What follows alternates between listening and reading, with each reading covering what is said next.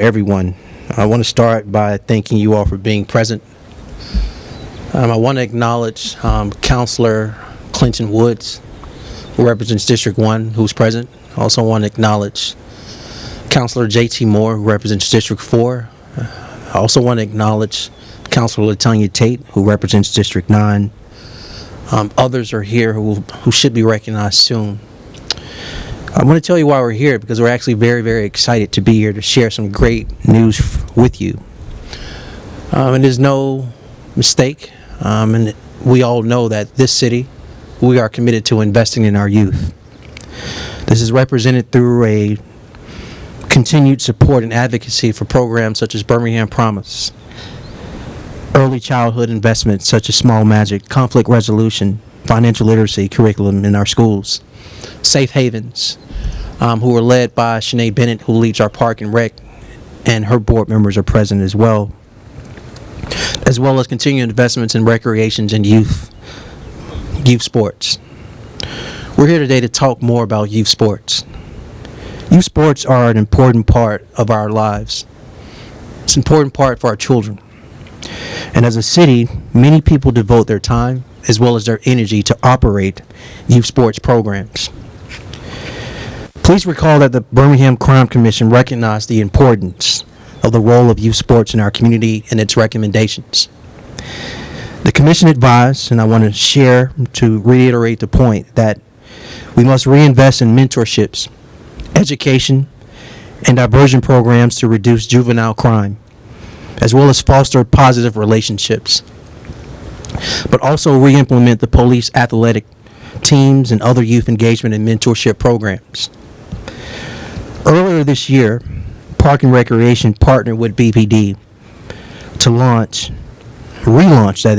the police athletic teams, led by an infusion of ARPA dollars from J.T. Moore, Counselor J.T. Moore. The program has been very successful, and I want to thank you. I want to thank Shanae Bennett as well as Park and Rec, as well as Chief Michael Pickett for their leadership in relaunching P.A.T. But today, all of us here, we're gathered to announce with our colleagues a pilot project establishing the Birmingham Youth Sports League. Again, the Birmingham Youth Sports League. This is a chance for Birmingham to support and enhance the youth sports teams in our city and community. The Birmingham Youth Sports League will focus on training for the sport and enhancing academic support through the relationships established for the teams. In addition to that, the Birmingham Youth Sports League will serve as the official organization to streamline, organize, and elevate youth sports across the Magic City. The league plans this year to start with football and cheerleading, and then the league plans to expand into basketball, softball, baseball, as well as soccer. Dates for additional sports will be announced at a later time. But I also want to talk to you about why this is important. We talk about mission, and so it's very, very important that we share the mission of the Birmingham Youth Sports League. The mission of the Birmingham Youth Sports League is to ensure that all young people and their families experience a CETA certified approach to youth athletics. Some of you may be asking, what does CETA stand for? That means character, excellence, equity, teamwork, and accountability. The league will be governed by an advisory team. Some of those members are here. A commissioner, an assistant commissioner, an operations director for each sport with support from the mayor's office, Park and Recreation, and the Department of Youth Services.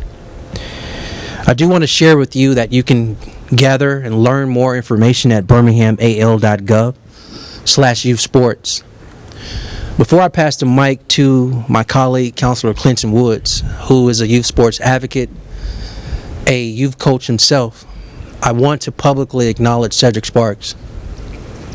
Cedric Sparks is my chief of staff for the City of Birmingham, but he's also a father and an avid advocate for youth sports and has been a youth coach himself. He has led this effort, and I want to publicly acknowledge him for his hard work and all the other team members who have been at the table with him. With that said, I want to give the mic to Councilor Clinton Woods. Thank you.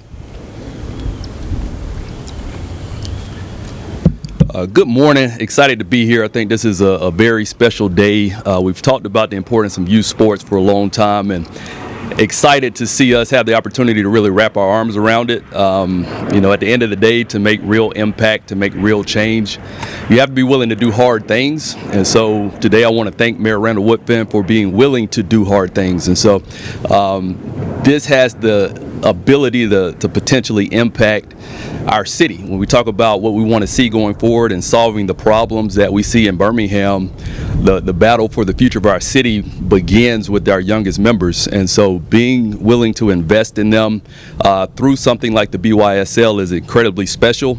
It's something that makes me come alive. I think he mentioned Chief Sparks. Youth sports, you could tell it made him come alive. It made me come alive because, like I said, I grew up at the ballpark. I know what it can mean for young people in our community. I know what it can mean for young people being on a track, young people staying out of trouble, young people building confidence, understanding how to overcome adversity. I know what it can mean for our community as a whole, and so I am incredibly excited to be able to walk this out and just have the opportunity to be a part of this and bring this to Birmingham because, for a long time the city has needed to do more in youth sports, and the potential that we have before us is very special. I think it's going to become more and more apparent in the weeks, the months, and years to come, just how special this day is. I think we'll look back and have a great appreciation for it. Just thankful for so many partners. There's so many people that have worked on this, so many organizations that have come together to solve this issue, and so I'm ecstatic. Like I said, I think this is just a very special day. I'm excited to be a part of it, but the BYSL is going to be a major forward momentum piece for Birmingham. Thank you.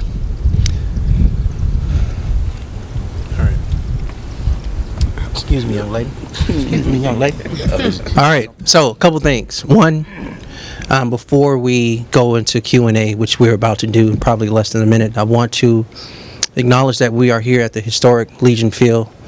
And so again, a major shout out to Shanae Bennett, her team, the men and women on the ground every day in park and recreation throughout our entire city who advocate for, invest in, and lead our youth through programs, sports, etc.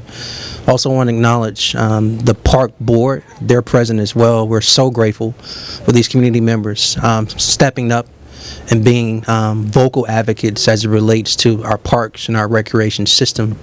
They don't have to do it. They choose to lead. So I'm grateful for them. As Councilor Wood said, there are other partners here as well. And so we're grateful for the commission and others. With that said, here's what's going to happen. Councilor J.T. Moore's daughters are going to answer all your questions, okay? All of them. No, on a serious note, we're going to open it up for questions. I would like to, though, for you want to get into questions about the program, I want to yield the mic to Cedric Sparks to answer your questions because he's been leading this effort. So with that, who's first? Can you talk about the budget for this program, where that comes from? All right, good morning, everyone. So the mayor has made a recommendation to the council of seed money of $500,000. So $500,000 has been budgeted. It's part of the reason why we are, in terms of timeline, because we don't want to spend before obviously the mayor and the council have the opportunity to approve. But we also have a significant amount of public-private partners that are ready to come to the table to assist. But the mayor and the council has done a seed of $500,000 to get us started. Okay. Is the no cost to students and parents? We just talk about the importance of accessibility to this group. Really, really good. So for all of the folks who are here who have ever done any work with youth sports, it's a challenge. You have a significant number of volunteers who give of their time and they look to raise money to help support both uniforms or training or spirit packs. And so the great part about the BYSL is the mayor, the council, park board, members of the staff, the goal is to reduce costs. So uniforms in the pilot year will be free. The goal is for it to be free obviously going on, but uniforms, training, security, all of the things that we've seen that are really challenging for youth sports programs, we're taking those costs away. Now, it's not meant for people to think that it's to be devalued because there's no cost to them. So there will be sweat equity that they have to put in to make sure the accountability piece is firm. But the stress that comes with trying to raise revenues for those programs, those will be eliminated. And one of the great recommendations that came from the advisory team is that we're going to look to also pay youth coaches as well. So they'll be going through significant background checks and training, but again, we want to elevate the level of training and preparation, and very few sports programs that are facilitated by cities pay their youth coaches. We're going to pay ours.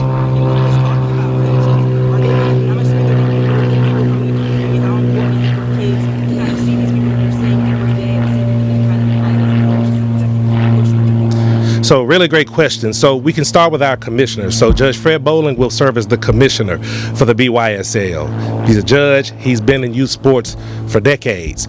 The park programs in our city do a phenomenal job. They have the infrastructure already in place. Many of these are fathers, they're mothers, they're teachers, and so these are young people who are coming in contact with folks that they see every day. That's the real plus.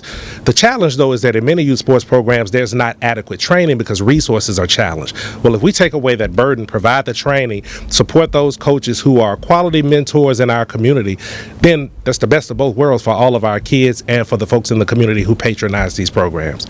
Great question. This is going to be starting this summer. During the summer, will all of this be on? So actually now, two things. The mayor noted that Councilor J.T. Moore really provided seed money for our P.A.T. program. We actually started the process then in terms of collaboration. Football and cheerleading are next. We actually met last night virtually with all of the youth football programs in the city. They're very excited that we finally as a city get to come up under an umbrella. But there's a pilot year this year because we don't want to overwhelm the system without knowing, okay, how does this benefit everybody? So two things happen. Operationally, things will kick off this month just in terms of recruiting the 6 pilot teams. But again, we can't spend ahead of the budget being approved by the council. So practices will begin in July. First games, especially for football and cheerleading, are scheduled to start in August. What age groups will be involved in this? So thank you again. So as young as 6, as old as 12, we really want to catch them before they start going into middle school programs. But we also want to make sure that there's a developmental period for the younger kids, especially in football. A lot of them play flag, don't want to really do a lot of contact. But also remember, too, it's not just football and cheerleading. We're going to be moving into basketball, softball, baseball, and soccer. But football is the first one, and the youngest will be 6 years old. Wrap up one more question. Do y'all see that this might help? Mayor, I think you've shown this with youth violence. Yes, look, we've already seen a major reduction in crime this year.